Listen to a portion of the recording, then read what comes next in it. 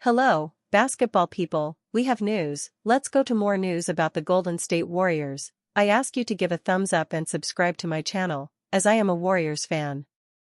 For the Warriors to make the playoffs without having to play in the play-in games, it will be necessary to trade players to improve the team's offensive and defensive potential.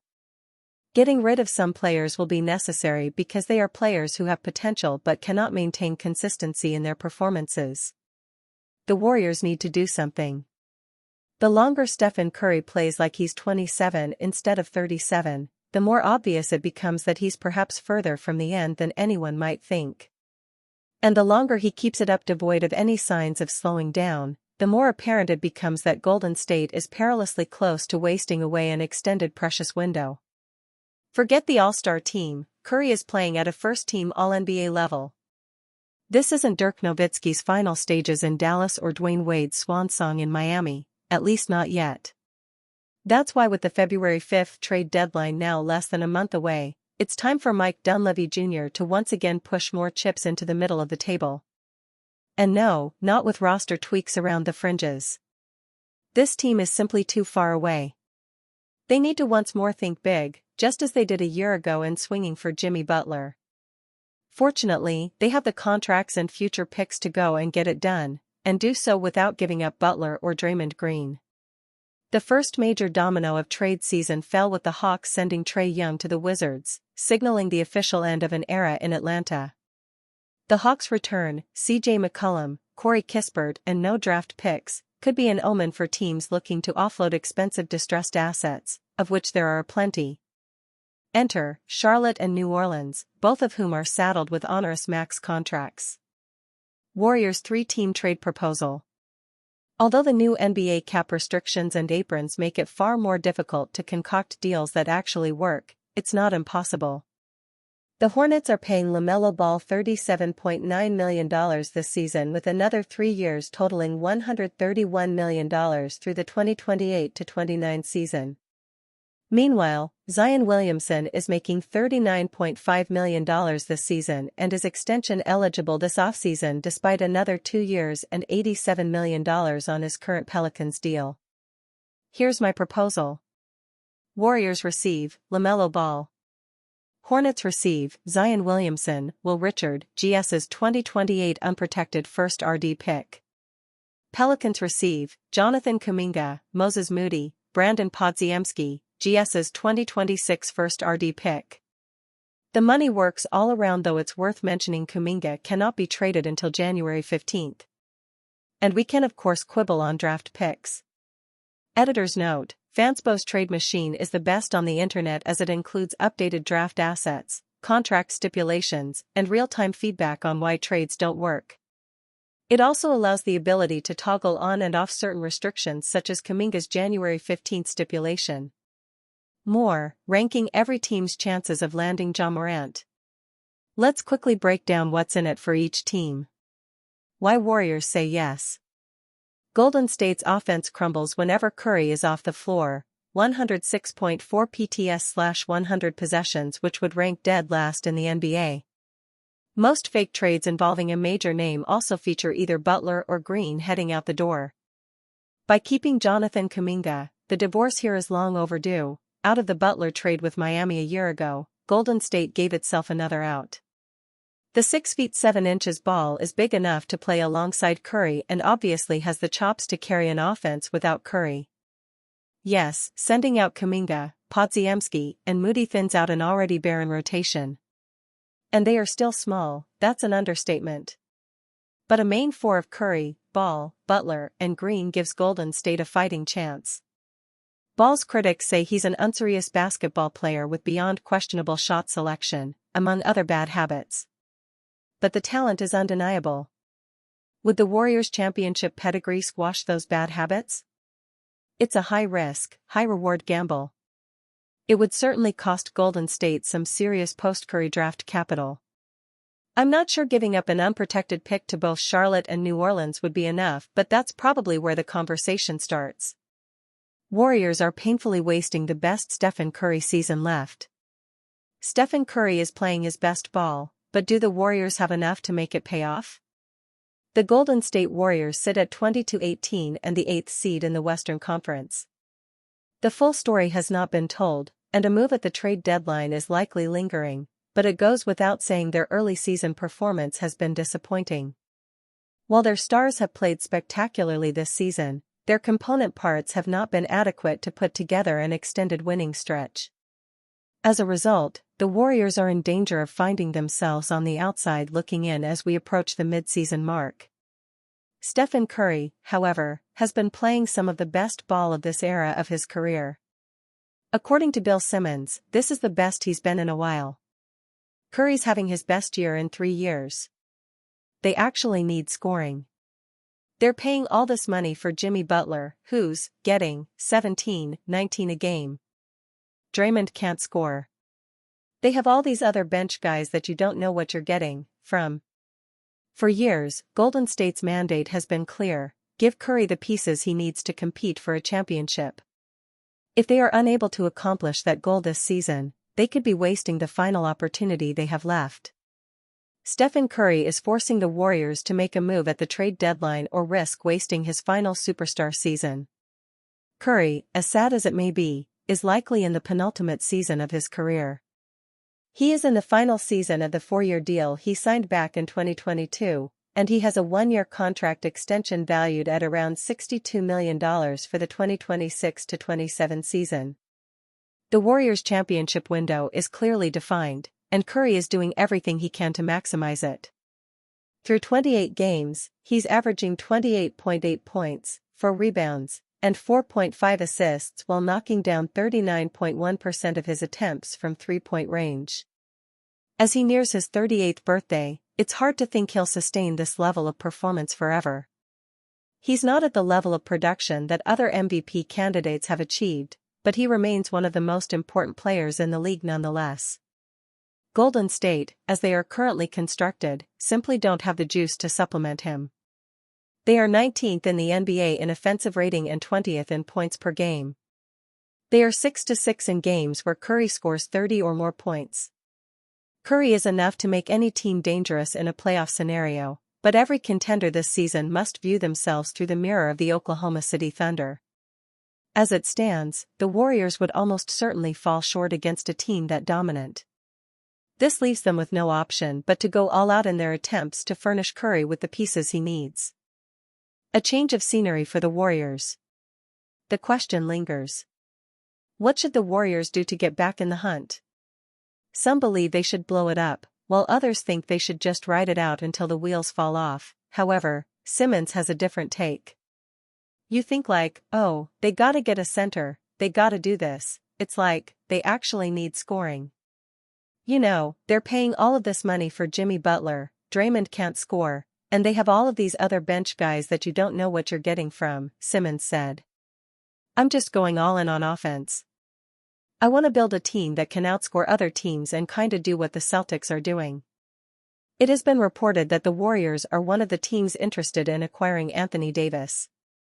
If that comes to fruition, they could solve their problems of desperately needing a big man and some real needed offense. That is, if Davis can stay healthy, but that is a gamble in itself. Other players, such as Michael Porter Jr., Domantas Sabonis, and Zach LaVine, have also been included in the Warriors' reported trade talks. In their defense, they are a former dynasty that has been through various ups and downs. If one team can quickly turn their season around, it's the Dubs. Pelicans crush Warriors' ideal Jonathan Kuminga trade before it's even possible. It's just under a week until the Golden State Warriors are eligible to trade Jonathan Kuminga, but already arguably their most ideal trade for the young forward has flown out the window. According to NBA insider Chris Haynes on Friday, the New Orleans Pelicans are informing teams that they'll be retaining the quartet of Zion Williamson, Trey Murphy III, Herb Jones, Derek Queen and Jeremiah Fears past the February 5 deadline. Pelicans have crushed thought of Trey Murphy III trade. The potential of flipping Kuminga and draft capital for Murphy was strong on the minds of many Warrior fans, particularly following confirmation of the franchise's interest in the Pelicans forward during the offseason.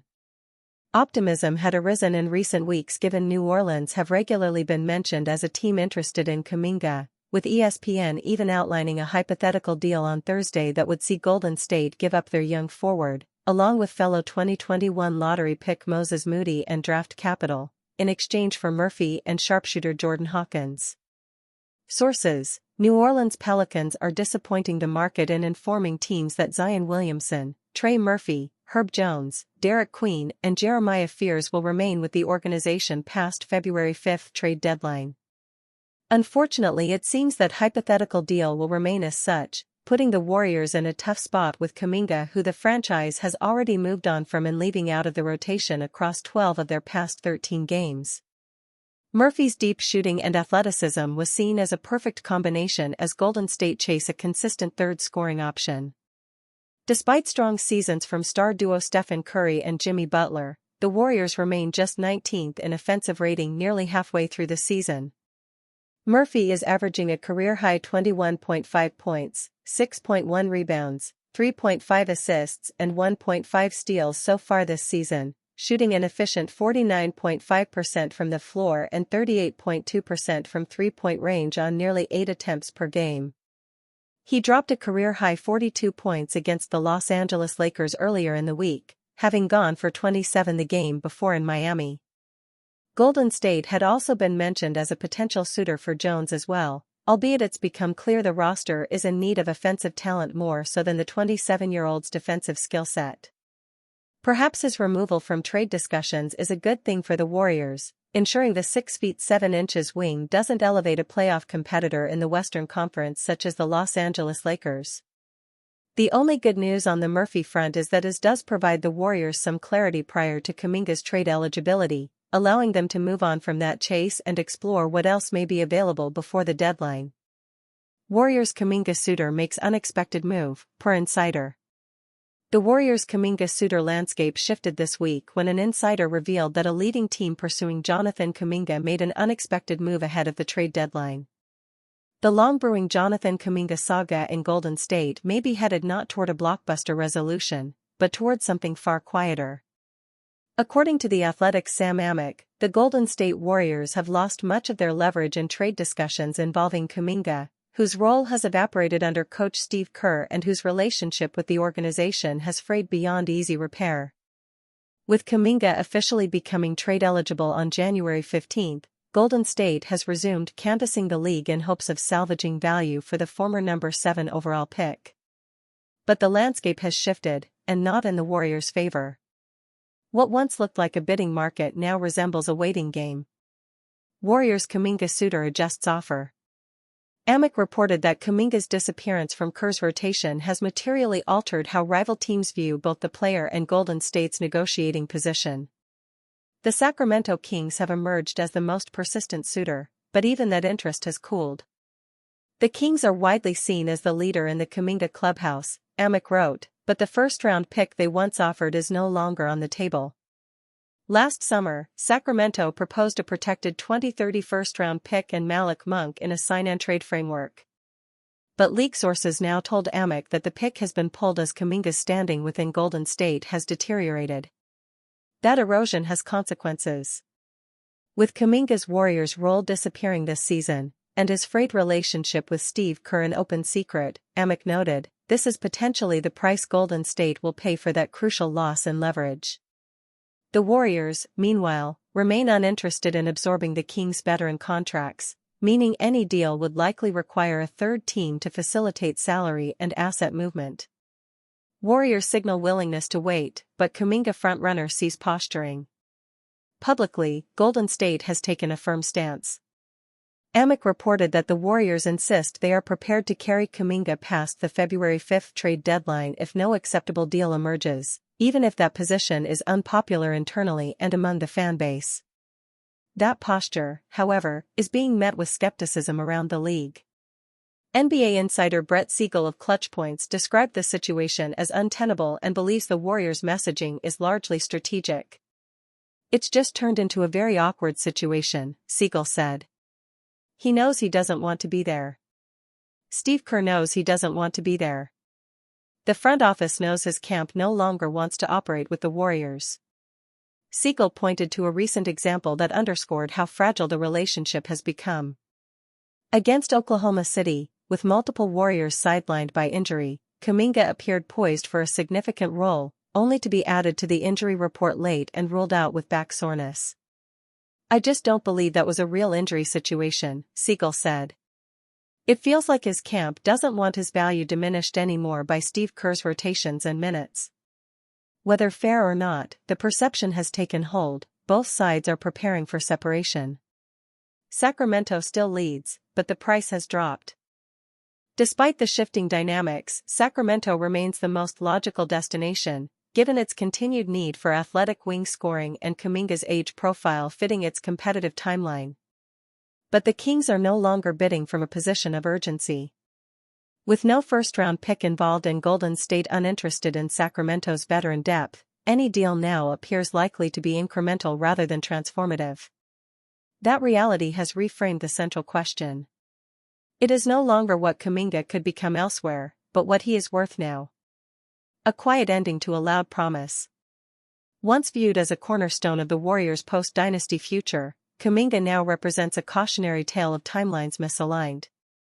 The Warriors need immediate contributors to maximize Stephen Curry's remaining prime years. Kuminga needs development, usage, and trust, all things he no longer receives in Golden State. Those realities have converged into something uncomfortable but inevitable. The league is watching. The Warriors are listening.